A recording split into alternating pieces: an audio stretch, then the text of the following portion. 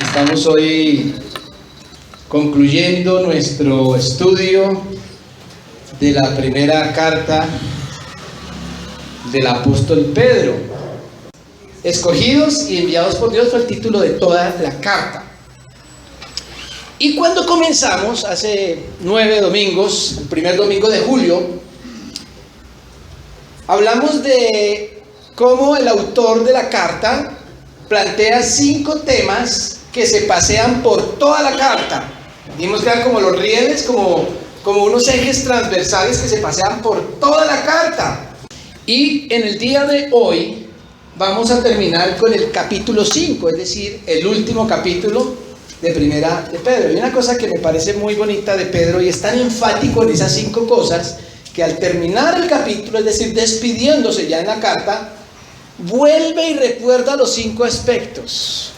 Entonces vamos a leer estos 14 versículos y vamos a mirar cómo Pedro vuelve a recordar estos 5 elementos de toda la carta. Dice versículos 1 al 4 en primer lugar: ruego a los ancianos que están entre vosotros, yo anciano también con ellos, y testigo de los padecimientos de Cristo, que soy también participante de la gloria que será revelada.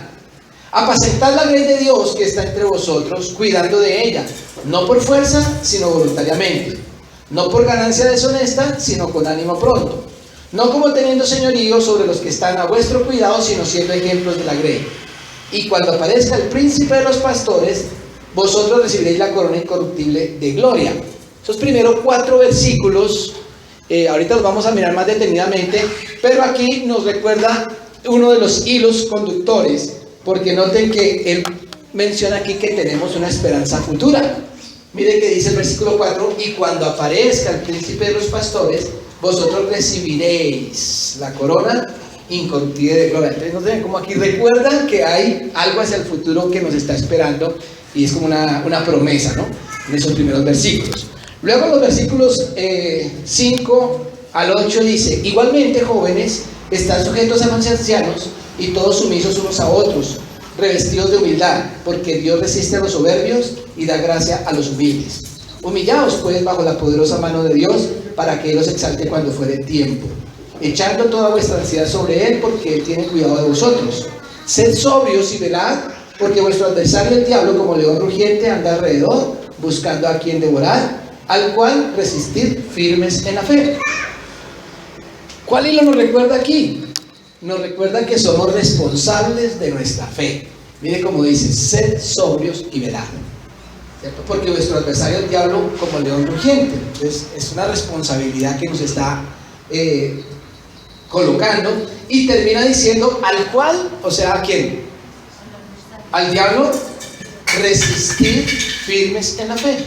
Entonces nos recuerda que nosotros somos responsables por nuestra fe, ¿no?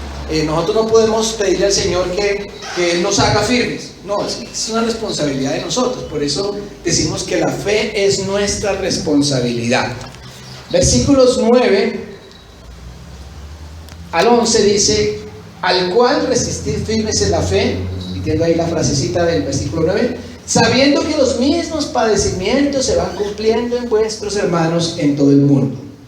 Mas el Dios de toda gracia, que nos llamó a su gloria eterna en Jesucristo, después que hayáis padecido un poco de tiempo, Él mismo os perfeccione, afirme, fortalezca y establezca.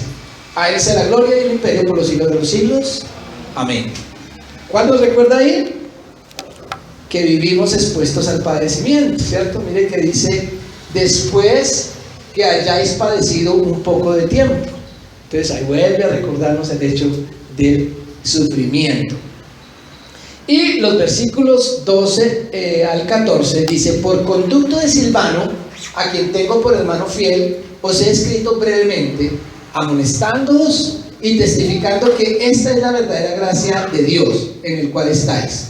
La iglesia que está en Babilonia, elegida juntamente con vosotros, y Marcos mi hijo, os saludan. Saludaos unos a otros con oscuro de amor. Paz sea con todos vosotros que estáis en Jesucristo. Amén. Aquí nos recuerda que hemos sido elegidos por Dios. Noten que dice que la iglesia que está en Babilonia, elegida juntamente con vosotros. toca el tema de la elección nuevamente, y también nos recuerda que podemos vivir gozosos, especialmente en el contexto de la iglesia, de la confraternidad. Dice: saludaos unos a otros con ósculo de amor, paz sea con vosotros. Y todo el capítulo nos habla ya de una forma más esperanzadora acerca de la vida creyente. Así que podemos vivir gozosos en medio del sufrimiento. Muy bien, entonces, como pueden ver, en este capítulo final vuelve Pedro a recordarnos los 5 aspectos que se pasean por toda la carta, como diciendo, para cerrar, para recordar y para terminar, digamos, el círculo, cerrando el círculo de esta carta que Pedro nos escribió. Muy bien, recordando esos 5 hilos para que no se nos vayan a olvidar, vamos a meternos en ese capítulo de una forma más detallada, pero como siempre vamos a colocar un título a esta porción y le vamos a llamar la súplica de un verdadero apóstol. La súplica de un verdadero apóstol. Y quiero explicar el título palabra por palabra. Empezamos con la súplica porque el texto, ¿cómo comienza? ¿Cuál es la primera palabra del texto? Capítulo 5. Ruego. Entonces Pablo empieza rogando. Entonces por eso le da origen a este nombre, la súplica. Es una súplica, este capítulo es una súplica de Pedro. Es un apóstol. Es el apóstol Pedro, el apóstol de alguna forma más sobresaliente de los apóstoles y de los 12 apóstoles. Pero yo he tenido que añadir el adjetivo allí, verdadero apóstol, porque para evitar malos entendidos. En los últimos tiempos ha surgido un movimiento apostólico. El título apóstol se está utilizando de una manera contraria a la palabra de Dios, con el propósito de exaltar a ciertos personajes de la iglesia cristiana, como para jerarquizar. Por eso, al mirar a Pedro, que es un modelo, un ejemplo de apóstol, podemos saber qué es un apóstol. Así que lo que él nos enseñe va a ser clave para entender qué es un verdadero apóstol. Entonces vamos a mirar este pasaje de manera detenida. Y vamos a comenzar por el versículo 1. ¿Qué comienza diciendo Pedro acá? Versículo 1. Ruego a los ancianos que están entre vosotros, yo, anciano también con ellos, y testigo de los padecimientos de Cristo, que soy también participante de la gloria que será revelada. Vamos a mirar algunas palabras importantes. En primer lugar, como les decía, la palabra ruego. Hay un texto por ahí que dice que toda la escritura es inspirada por Dios y útil para enseñar, redarguir, corregir. Y yo cuando veo ciertas palabras, vuelve a mi mente eso que está en 2 Timoteo 3:16. Toda la escritura. Porque yo llego y abro en capítulo 5 de Pedro para compartir en esta mañana. Empiezo a estudiar y cuando empiezo y dice ruego, me tuve que frenar. Porque ya con eso quedé impactado. Aquí me está enseñando algo muy grande. Pedro, el gran apóstol, el gran discípulo, aquel que incluso algunos consideran que el primer papa, alguien tan grande, inspirado por el Espíritu Santo, y cuando me va a hablar dice ruego, me ruega a mí. Ese ya me toca el corazón, porque él no se pone en una condición de autoritarismo, sino de súplica. Lo siento como un papá. Mi hijito, por favor, no vaya a hacer eso. Rogando, teniendo toda la autoridad para imponerme, me ruega.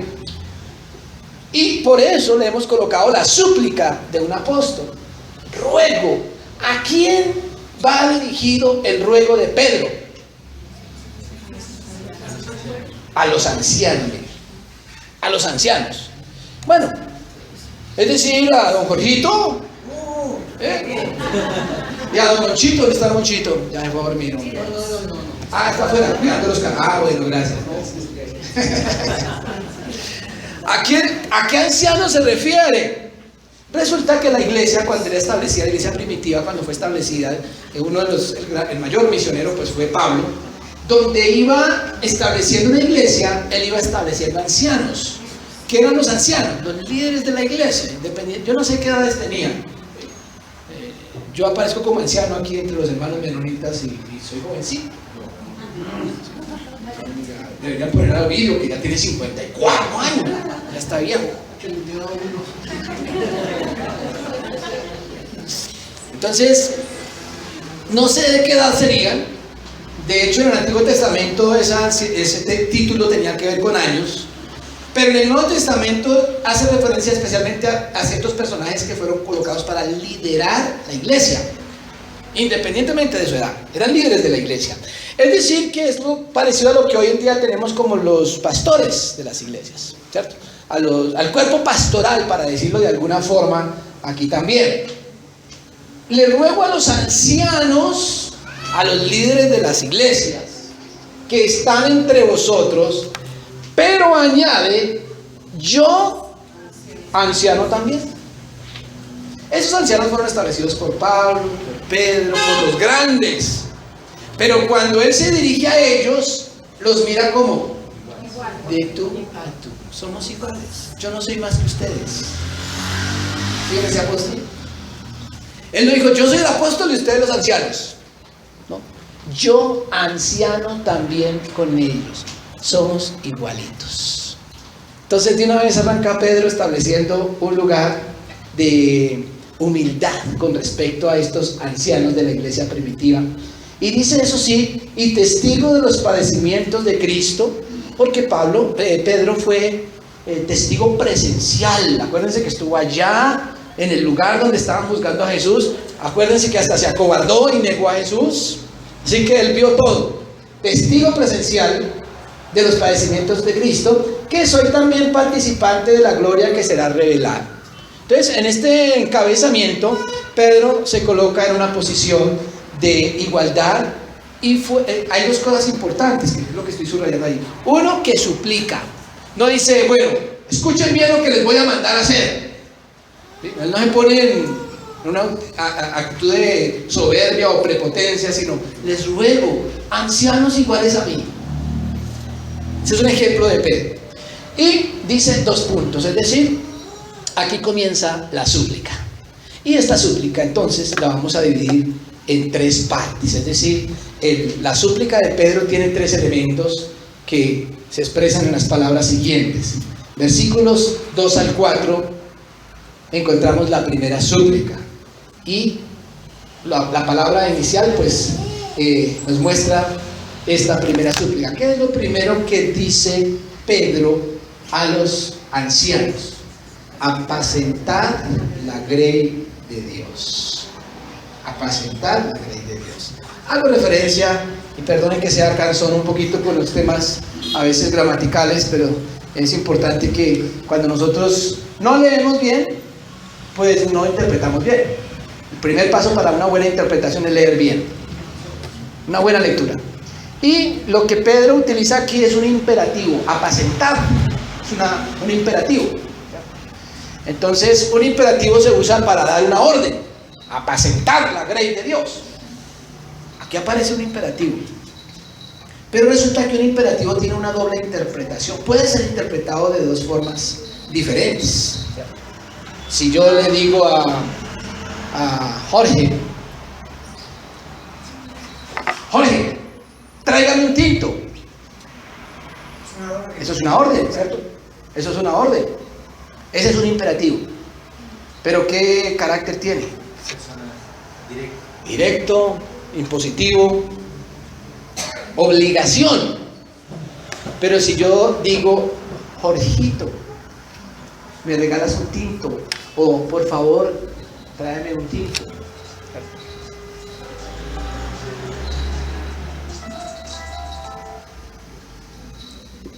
Eso también es un imperativo. Pero ¿cuál es la diferencia? Está antecedida por un por favor, por un Jorgito. Entonces el imperativo indiscriminadamente es lo mismo, pero el contexto y las palabritas que lo rodean le dan un tinte diferente.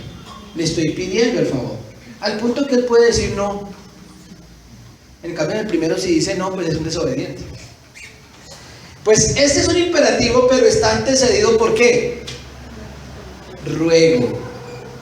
Entonces, si no tenemos en cuenta el primer versículo, pues va a aparecer simplemente como una orden del apóstol Pedro. Pero con esa súplica aparece una exhortación. Las exhortaciones se usan con imperativos, pero están cargadas de una emoción más de súplica, de ruego, de cariño. Y Pedro aquí dice apacentar, ancianos, apacienten la iglesia, la grey de Dios. ¿Qué es apacentar? Pastorear. La palabra apacentar tiene que ver con términos de rebaños, de pastorear ovejas. Y la palabra grey es un sinónimo de rebaño. Y apacentar, entonces, ¿qué es lo que hace un pastor con las ovejitas? Las conduce a donde hay agua, las lleva a donde hay pasticos verdes, las lleva a descansar, las protege de las fieras. O sea, el pastor es el que cuida del rebaño, lo lleva y lo protege. Y eso es lo que Pedro le está pidiendo. Seguramente Pedro, como buen judío, tenía en su mente textos del Antiguo Testamento, como por ejemplo el Salmo 23, escrito por David, que dice: Jehová es mi pastor. Y si Jehová es mi pastor, nada me faltará. ¿Por qué? Porque me conduce, porque me lleva, porque me protege. Jehová es mi pastor, nada me faltará. Entonces lo que Pedro está diciendo es que el pastor debe cuidar de las ovejas, y lo pone como una súplica. Bueno, es importante eso, porque cuando un pastor pastorea, ¿quién disfruta la bendición? ¿Quién disfruta el beneficio? ¿Quién sale ganando? El rebaño. Pero cuando un pastor trasquila las ovejas, ¿quién sale ganando? El pastor, porque les quita la lana. Y aquí Pedro no dice que trasquile las ovejas, sino que las que apaciente. Muy diferente. Y dice que es la grey de ¿quién? De Dios. ¿Saben? Cuando un pastor entiende que las ovejas son de él, las pastorea. Cuando un pastor cree que las ovejas son suyas, las trasquila. Pero Pedro pone el ejemplo de humildad al rogar, y fuera de eso les dice a los ancianos que hagan lo mismo, que apacienten ese rebaño. Pero Pedro no se limita con decir apacentar la grey de Dios, que ya dice mucho, es apacentar y es una grey que no es mía. Muy importante, porque en la historia del cristianismo, la iglesia cristiana ha venido dividiéndose en diferentes grupos, denominaciones, con nombres como el que tenemos nosotros, hermanos menonitas o anabautistas, y hay muchos nombres, los bautistas, los presbiterianos, luteranos, bueno, hay muchas iglesias. Pero esos nombres, aunque tengan una función simplemente de identificarnos como familia, a veces tienen un efecto negativo cuando lo utilizamos para decir mi iglesia y ser sectarios y defender como el grupo, cuando se convierte más bien como en un estilo de rosca, tipo de rosca, ¿cierto? Pero se nos olvida cuando hacemos eso que la grey es de Dios. Como Pedro quería aclarar mejor eso, entonces da algunos detalles de cómo es que se debe pastorear la grey de Dios. Y en primer lugar dice, no por fuerza, sino voluntariamente. Primera aclaración: ancianos, no tomen la tarea que ustedes tienen de pastorear estas ovejas como una carga que se les impuso a la fuerza. como un toca. El Señor por allá en Malaquías le hace reclamo a los sacerdotes del pueblo de Israel, porque cuando tenían que cumplir con sus funciones, ellos decían, estoy hastiado de esto. Los sacrificios que tenían que hacer ellos estaban aburridos, pero tocará porque soy el sacerdote. Y Él dice, no, que no sea por fuerza, que no le pase lo de la señora que despierta a su hijo y le dije, hijo, levántate que hay que ir a la iglesia. Ay, no, yo quiero dormir más, Señor, déjame aquí tranquilo. Hijo, pero es que tienes que ir a la iglesia. No, mami, yo no quiero ir hoy, estoy cansado, estoy aburrido. Hijo, levántate que tienes que ir a la iglesia. ¿Pero por qué tengo? Pues porque usted es el pastor.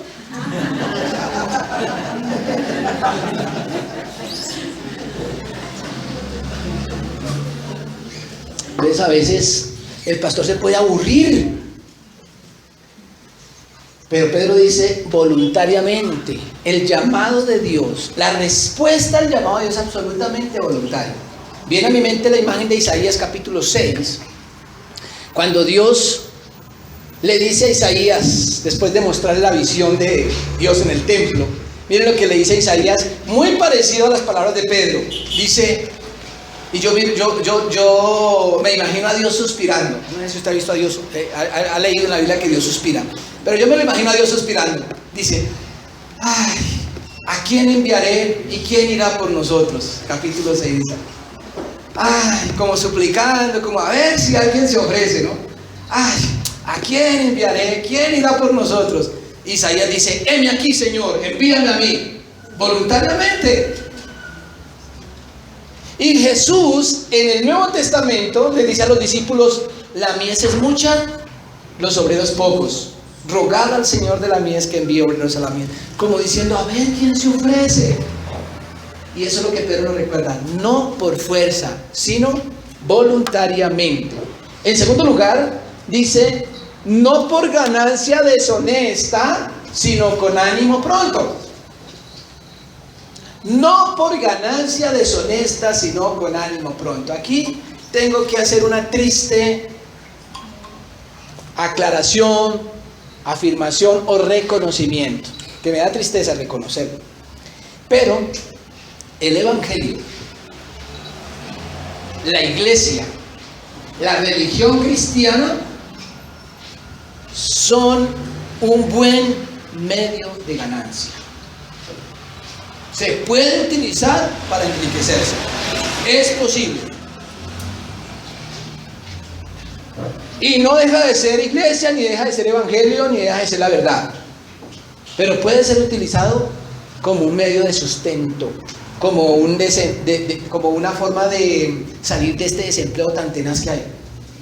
Oiga, no encuentro trabajo, yo voy a poner una iglesia. Puede ser una salida. Y de hecho es bueno, es un negocio bueno. Yo creo que les he contado cuando me fui a ir para el seminario, que me retiré de la empresa de energía y mis compañeros se burlaban de mí. Pero un compañero, muy buen compañero, ateo, eso sí, me dice, Nelson, yo sí lo felicito. Yo abrí los ojos porque el más ateo diciéndome es que me felicitaba porque me iba para el seminario. Y entonces le pregunto por qué y me dice, porque es que eso da plata. Y sí, es verdad. Y yo me pregunto por qué será que Jesús dice que en aquel día muchos me dirán, Señor, Señor, en tu nombre hicimos esto y esto y esto y esto. Y el Señor dice, yo no los conozco. Porque es que es un buen negocio. Y yo digo que no deja de ser el evangelio porque no me cabe duda que muchas personas han conocido a Jesucristo, han conocido la verdad, han conocido la palabra de Dios, aunque estaba siendo predicada por alguien que tenía ánimo de ganancia deshonesta. ¿Sí? Entonces, una cosa es el que predica, otra cosa es el que cree. Pero desafortunadamente, la fe cristiana puede ser utilizada como medio de ganancia, y por eso es que a muchos creen que solo es eso. O sea, hay personas que creen que el evangelio solo es un medio de ganancia, entonces por eso se apartan de la fe. Pedro nos aclara y nos previene sobre eso. Claro está que la Biblia y Pablo, por ejemplo, es muy enfático en que el que trabaja en el evangelio debe ¿qué? vivir del evangelio. O dice también que el obrero es digno de su salario. La Biblia establece que el que se dedica, el que responde al llamado voluntariamente, debe ser sostenido por la comunidad. Pero una cosa es que a mí me paguen porque trabajo, muy diferente a que yo trabaje para que me paguen. Es decir, ¿mi objetivo qué es? El pago. Pero en la Biblia el pago no es un objetivo, y eso lo vimos cuando empezamos el año, que hablábamos de la verdadera concepto de trabajo en Génesis. En el concepto bíblico, el pago no es el objetivo, el pago es el resultado, que es muy diferente, ¿cierto? Y aquí lo que Pedro está previniendo es que usemos el dinero o las cosas materiales como el objetivo del evangelio.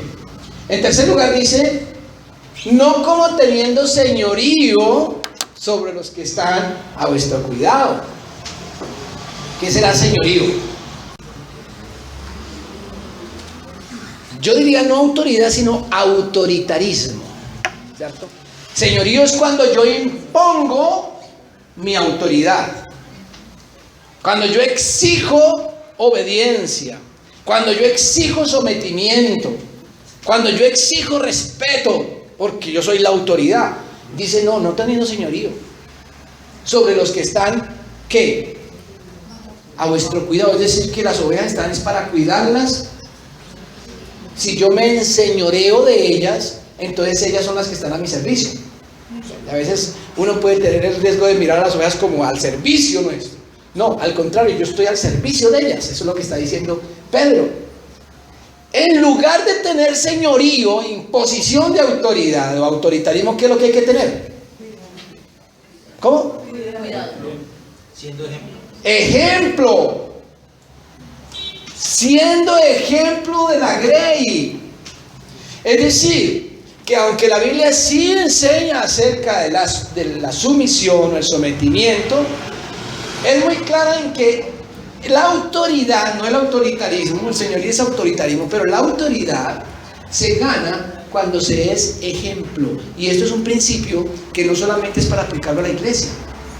Si usted es jefe de una empresa, si usted tiene personas bajo su autoridad en algún lado, en cualquier contexto, usted no tiene que exigir. Si usted es un buen ejemplo, usted se gana el respeto. Es más, vámonos al lado donde todos estamos incluidos, en la casa. Nosotros nos han enseñado a decirle a nuestros hijos, bueno, sométase, obedezca. ¿Quién es el papá? ¿Quién manda aquí? ¿Quién maneja? ¿Usted o yo? O sea, cuando uno ordena que le obedezca. Pero este principio, si lo aplicamos a la paternidad, el papá no necesita estarle recordando a los hijos que él es el papá o que él es el que manda, sino cuando tiene una vida ejemplar, sus hijos le respetan y le ven como modelo. No hay necesidad de reclamar obediencia. La obediencia debe ser algo que se da por voluntad, por convencimiento, por confianza y por amor. Es más, hasta el mismo Jesucristo dijo, si me amáis, guardad mis mandamientos. Él no dice, obedezcan. No, si me amáis, guardad mis mandamientos. Entonces la obediencia es el resultado del amor. Y Pedro nos está diciendo aquí, mire, en lugar de enseñorearse de la grey, denle ejemplo a la grey. Y cuídenla de esa manera. Y finalmente dice, y cuando aparezca el príncipe de los pastores, otra frasecita que me dejó frío. El príncipe de los pastores. Recordemos la escena, el contexto. ¿Quién escribe? Pedro. ¿Quién es Pedro? El gran apóstol Pedro. Aquel que Jesús lo felicitó y le dijo, bienaventurado eres, porque no te lo declaró carne ni sangre, sino mi Padre que está en el aventajado de todos los discípulos. Que no ha pasado de moda. Tanto que algunos dicen que cuando llueve es que Pedro abre la llave del cielo. Pedro es reconocido por todo el mundo. Pero él le habla a unos ancianos, no dice sus nombres, pero se pone a la altura de ellos. Yo soy más de anciano que ustedes. Pero cuando hablan de Jesucristo, entonces a él sí lo pone arriba. el príncipe de los pastores. Mis queridos hermanos, si hay un hombre al cual debemos exaltar y ponerle todos los títulos que quiera, todos los rangos que quiera, toda la jerarquía que quiera, ese hombre es Jesucristo. Él sí debemos colocarlo en un pedestal, inclinarnos para adorarle, obedecerle, tenerle miedo inclusive, porque Él se lo merece. Él es el príncipe de los pastores y Él es el único a quien yo le debo toda la reverencia y toda la sumisión del caso. Los demás somos consiervos, ovejas, hermanos, como lo dice la Escritura. Y Pedro lo está planteando así: cuando aparezca el príncipe de los pastores. Él no dice, por ejemplo, cumplan con esto y cuando yo vaya a visitarlos voy a ver cómo es que lo están haciendo. No, cuando aparezca el príncipe de los pastores, ¿qué pasará? Vosotros recibiréis la corona incorruptible de gloria. ¿Quieren un premio, ancianos? Esperen en el Señor. Eso es lo que dice Pedro. Yo no se los voy a dar. No tengo nada que ofrecerles. Tal vez estaba recordando las frases cuando le dijo a aquel cojo: no tengo oro ni plata. Pero Jesús es el príncipe de los pastores. Es como cuando Jesús dijo: yo soy el buen pastor.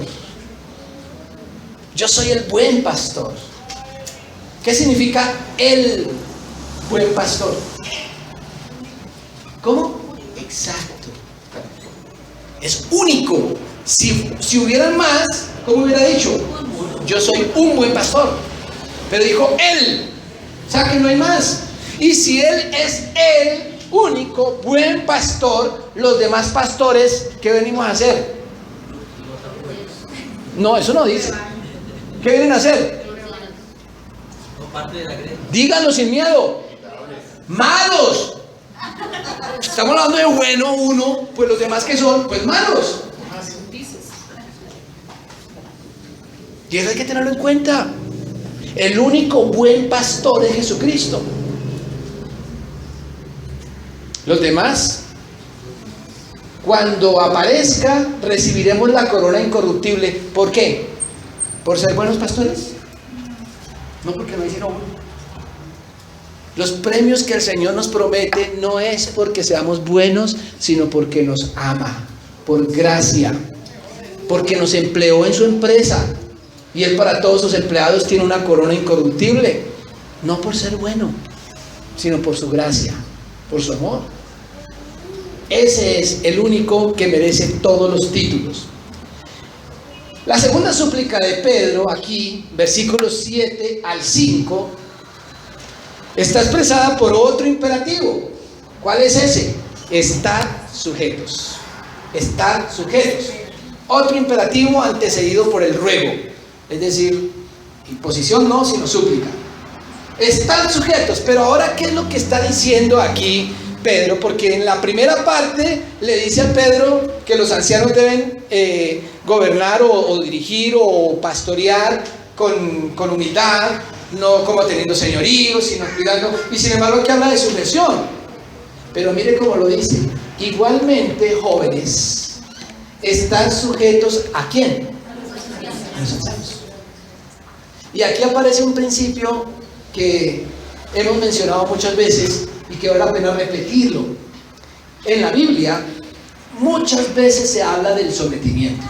Muchas veces aparece en la Biblia el concepto someterse. Pero todas las veces que yo lo he encontrado, si usted encuentra algo que haya en contra de lo que voy a mencionar, por favor le pido que me lo haga ver. Todas las veces que yo he visto el concepto de sometimiento en la Biblia, siempre va dirigido al que se somete. Por ejemplo, mujeres, sométanse a su esposo. Nunca dice esposos, sometan a su mujer. A veces cuando un esposo le dice a la mujer, oiga, que se someta. No, es que a usted no le está diciendo eso. Ese mensaje es para la mujer, usted no le ponga atención ahí. Va dirigido a la mujer. Hijos, sométanse a sus padres. ¿A quién va dirigido? No dice padres, sometan a sus hijos. Dicen sométanse a las autoridades, al gobierno. No dicen gobierno, sometan a todo el mundo. No. A la gente que se someta a las autoridades. Siempre la orden es para el que se somete. Someterse voluntariamente es el concepto bíblico. Someter obligatoriamente no es concepto bíblico. Por eso cuando nosotros escuchando la palabra sometimiento, llegamos y la adoptamos desde nuestra condición del que debe someter. Por ejemplo, el esposo que dice, usted no es que va a la iglesia, a ver, ¿por qué no se somete? No ha entendido el mensaje. O el padre que tiene que decir a los hijos, someta que yo soy papá. No ha entendido el mensaje. Si usted le enseñó desde chiquitico, no necesita reclamarle nunca. Usted le dio buen ejemplo. Se somete solito. O el anciano, que expresa aquí, es decir, el pastor, que anda exigiendo, usted se somete porque yo soy su pastor.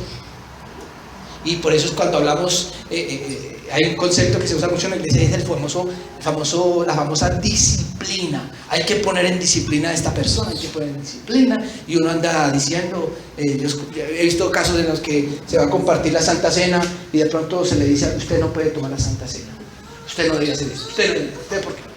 Y se llama cuentas, se reclama, se regaña, se exige, se expulsa. El concepto de Pedro es que los jóvenes se sometan a los ancianos voluntariamente. Pero cuando Pedro habla de esto, también hace aclaraciones. Primera, dice, y todos sumisos unos a otros. Es como paradójico. ¿Cómo es que los jóvenes se deben someter a los ancianos? Pero luego dice, y todos sumisos unos a otros.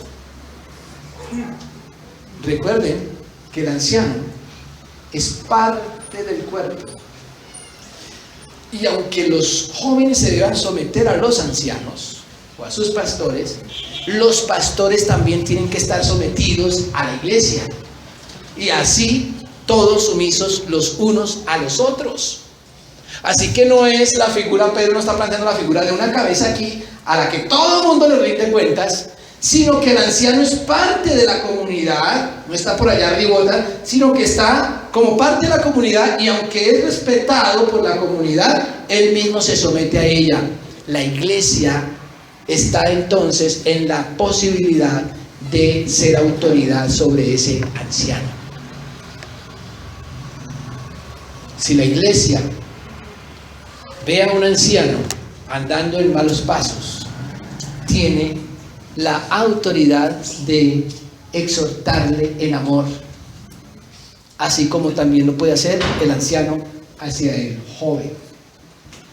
Dice también, revestidos de humildad. Yo creo que más claro no puede ser. Revestidos. ¿Qué significa re? Que es muy importante la humildad.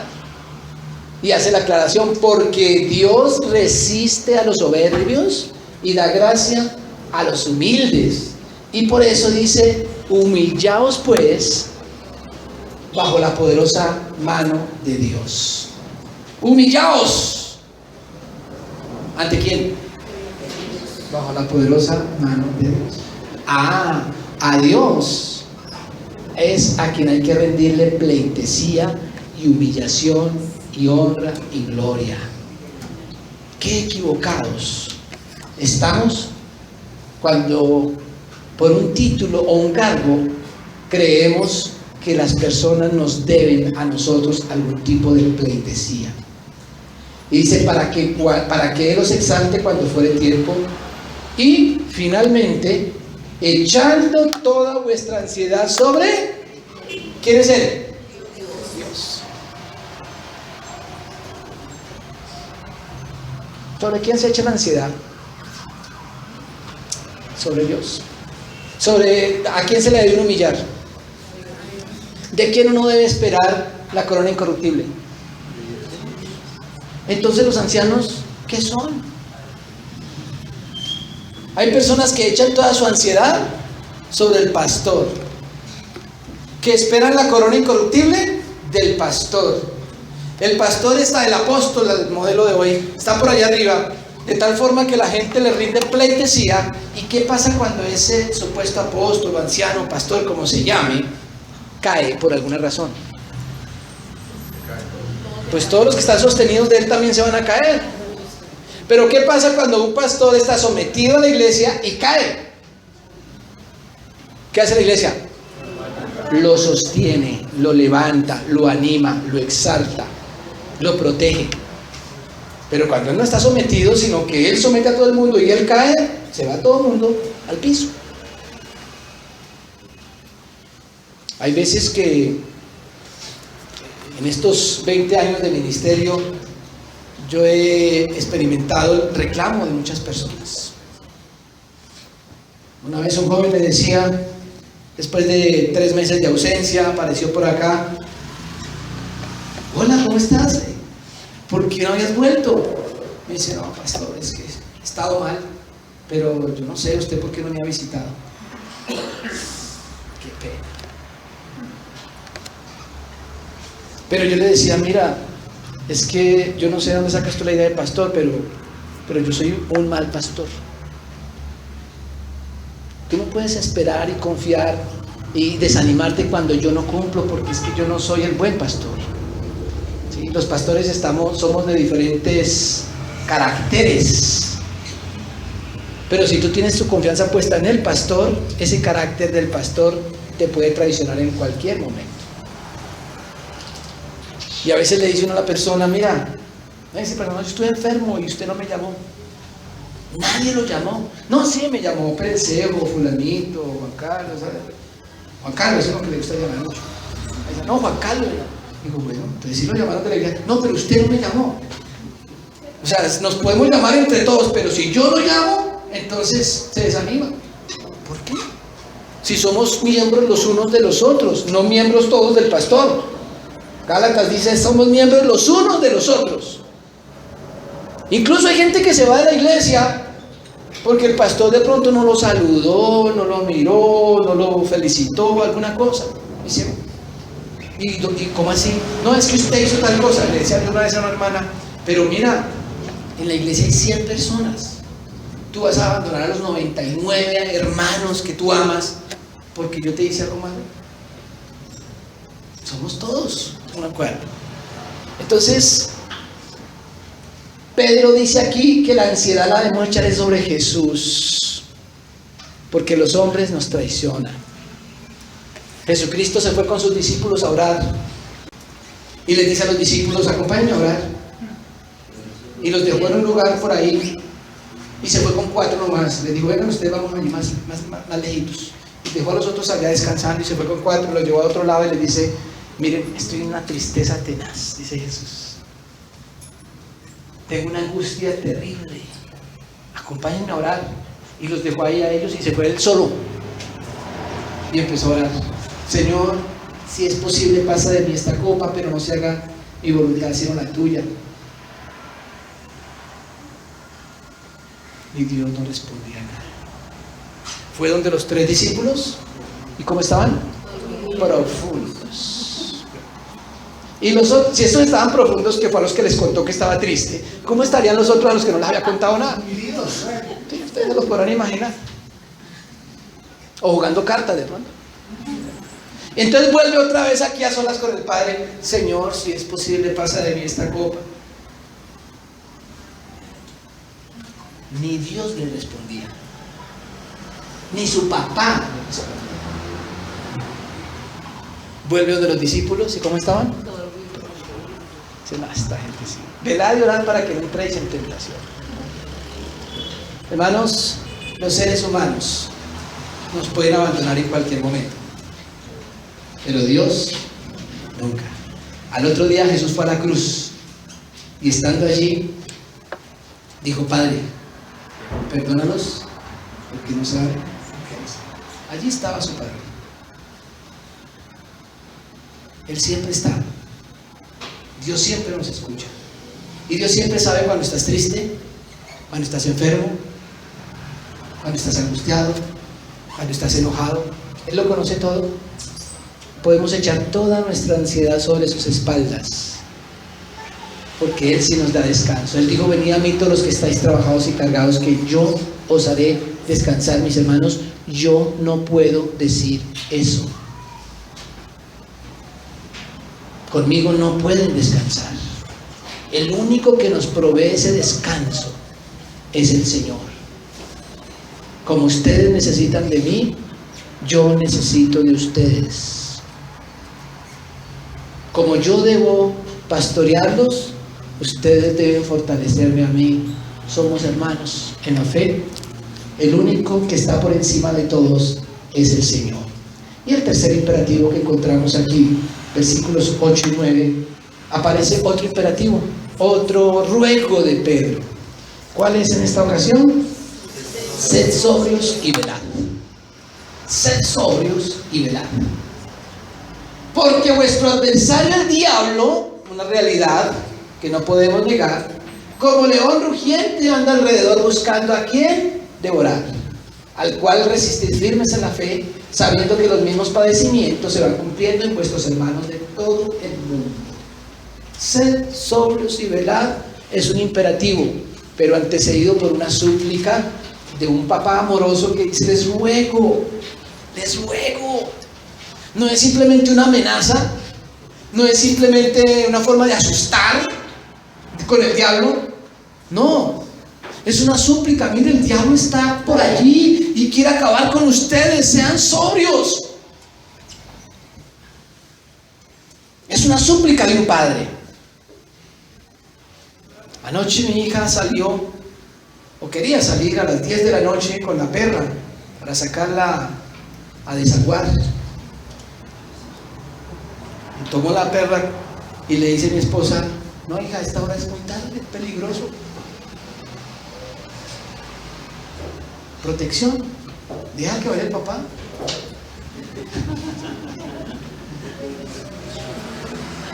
Cuando nosotros decimos a nuestros hijos: no salgas, es un peligro. No es simple, claro, a veces lo decimos: no, porque aquí mando yo. Podemos decir así, y no sé qué tan contento queda el hijo. Dije no, y punto. O podemos decir con la súplica de Pedro: te ruego, no, mira, es peligroso. Sí, es diferente. Eso es lo que Pedro está diciendo aquí. Sed sobrios y velad, porque el diablo anda por allí como un león rugiente buscando a quien devorar. A veces los jóvenes dicen: no, a mí no me va a pasar. Los jóvenes en la fe, me refiero. Bueno, pero aquí vemos entonces también ese imperativo. No vamos a detenernos mucho en este, pero sí quiero hablar de una súplica más. La pongo aparte porque encontramos en los siguientes versículos que Pedro sigue suplicando. Pero ¿cuál es la diferencia con esta súplica? Dice: mas el Dios de toda gracia, que nos llamó a su gloria eterna en Jesucristo, después que hayáis padecido un poco de tiempo, Él mismo os perfeccione, afirme, fortalezca y establezca. A Él sea la gloria y el imperio por los siglos de los siglos. Amén. ¿Cuál es la diferencia de esta súplica con las anteriores?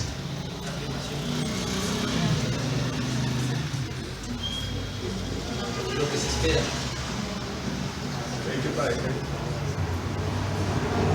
Las tres súplicas que hemos visto hasta el momento, ¿a quién van dirigidas?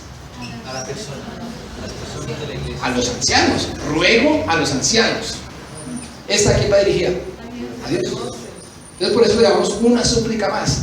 Pero esta súplica va es hacia Dios, ya no está diciendo a los ancianos. Pero esta súplica es a Dios, ¿a favor de quién? De la iglesia. Y en esta súplica Pedro dice: mas el Dios de toda gracia, que nos llamó a su gloria eterna, después de que hayas padecido un poco de tiempo, Él mismo os perfeccione, afirme, fortalezca y establezca. Eso es lo que Dios quiere hacer con nosotros. Y por eso termina diciendo: a Él sea la gloria por los siglos de los siglos. Amén. Eso es un verdadero apóstol. Esa es la humildad de un apóstol de Jesucristo, que le da toda la gloria a Dios, no a los hombres, pero que da toda su confianza, deposita toda su confianza y nos exhorta a depositar toda nuestra confianza solamente en Dios. Y termina este texto, o este libro, esta carta, con los versículos 12 al 14, ya una postdata. Allí Pedro pone una postdata al final. Dice: por conducto de Silvano, a quien tengo por hermano fiel, os he escrito brevemente. Es decir, ¿quién es Silvano? El mensajero que lleva la carta, ¿cierto? Dice: por conducto de Silvano les escribo esto, amonestándoos, ¿cierto?, y testificando que esta es la verdadera gracia de Dios en la cual estáis. La iglesia que está en Babilonia, elegida juntamente con vosotros, y Marcos, mi hijo, ahí hijo no es literalmente, sino que considera un hijo espiritual, os saluda. Saludaos unos a otros con ósculo de amor. Paz sea con todos vosotros que estáis en Jesucristo. Amén. Aquí hace referencia a Babilonia. ¿Dónde estaba Pedro cuando escribió esta carta? Eso, muy bien, en Roma. En Roma. ¿Año? 50 y... Muy bien, 63 o 64. Ya llegaste a la página. Año 63-64. Y él desde Roma dice: la iglesia que está en Babilonia. ¿Será que está mandando una razón de una iglesia por allá en Babilonia? No. Pedro utiliza el término Babilonia de forma simbólica, refiriéndose al Imperio Romano, a la iglesia que está en el Imperio Romano, porque es desde donde él está escribiendo, la llama Babilonia, cosa que es muy común en el Nuevo Testamento, de pronto en el Apocalipsis también, porque, y no tanto porque Roma sea Babilonia, sino porque Roma expresa la idea de Babilonia del Antiguo Testamento, donde hay un sincretismo y pecado y adulterio y fornicación, no solamente en el sentido sexual, sino en el sentido religioso, es decir, se ha revuelto de todo, que es el espíritu de Babilonia, por el cual es juzgado en Apocalipsis. Y dice: la iglesia que está allá en Babilonia, acuérdense lo que vimos hace 15 días, entre lo santo y lo profano. La iglesia es la santa, pero está en medio de lo profano, que es Babilonia, Roma. Ellos mandan un saludo a la iglesia, y luego termina Pedro diciéndole a la iglesia: y ustedes, hermanos, salúdense unos a otros con un ósculo. ¿Qué es un ósculo? Un beso. Un beso de amor, no un beso malicioso, no un beso de, incluso aquí la palabra es agape, no un beso de eros ni de filía, sino de agape, un beso de amor. Saludaos unos a otros. Paz sea con todos vosotros que estáis en Jesucristo. Amén.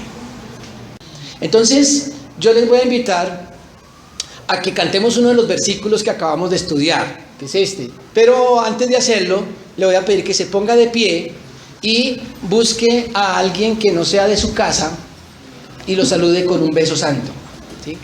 Dele un ósculo santo a alguien, ¿sí?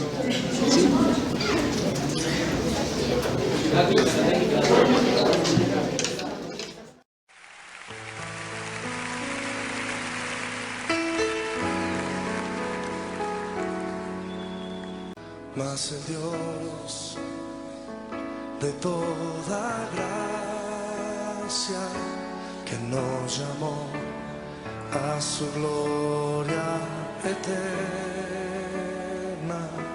os perfeccione y afirme, fortalezca y establezca.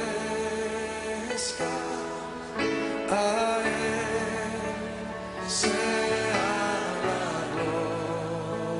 gloria, a Él sea el imperio por los siglos de los siglos.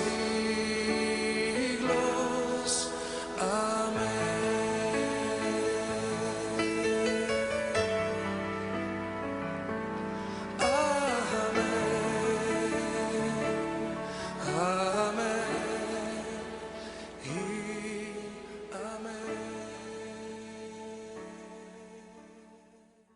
Te exaltamos, Señor, porque tú eres el príncipe de los pastores. Y te rogamos, Señor, que tu Espíritu Santo nos dirija, nos gobierne, nos enseñe y nos dé el poder para ejercer sobre nuestra comunidad ese amor con el que tú nos amaste. Que haya esa disposición a cuidarnos unos a otros. Señor, que la humildad del ejemplo de Jesucristo sea nuestra guía y que podamos manifestar ese amor y esa protección unos a otros, guiados por ese Espíritu Santo, Señor. No nos dejes caer en tentación. Guárdanos en este mundo de maldad, en esta Babilonia de Bogotá, de Colombia, del mundo. Y permítenos, Señor, que podamos mantener nuestra santidad en medio de tanto pecado. Y que como iglesia seamos un ejemplo donde aquellas personas que no te conocen puedan encontrar un rebaño donde son pastoreados. No por un pastor, no por una denominación, sino por una comunidad. Te lo pedimos en el nombre de Jesús. Amén.